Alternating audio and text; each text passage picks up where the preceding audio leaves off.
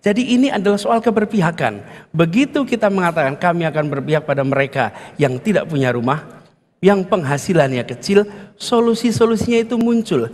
Secara teknis Pak, ini akan berkembang. Keputusan pemerintah Provinsi DKI Jakarta mengubah nilai gaji atau penghasilan syarat pembelian rumah DP 0 rupiah mengaburkan harapan warga berpendapatan rendah. Memiliki rumah layak huni. Syarat nilai gaji calon pembeli dinaikkan hingga 2 kali lipat lebih.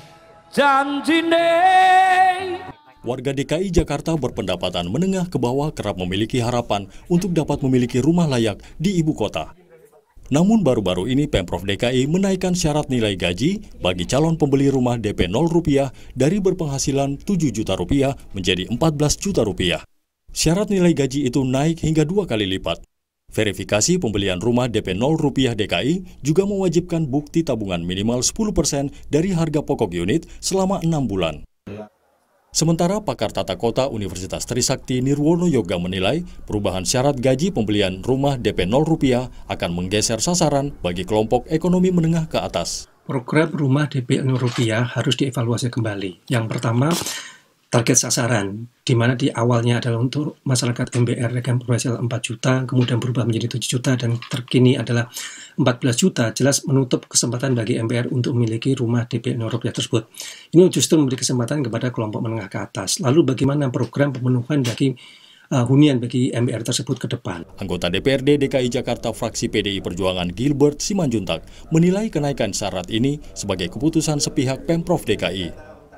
Awalnya dijanjikan buat 7 juta, sehingga dengan suasana pandemi sekarang di mana penghasilan menurun malah dinaikkan batasannya menjadi 14,8, ya tentu tidak masuk akal.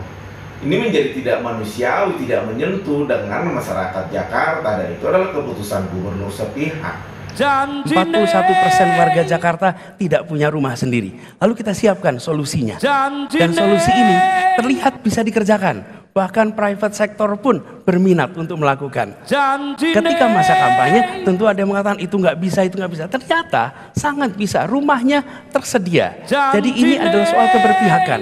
Begitu kita mengatakan kami akan berpihak pada mereka yang tidak punya rumah, yang penghasilannya kecil, solusi-solusinya itu muncul.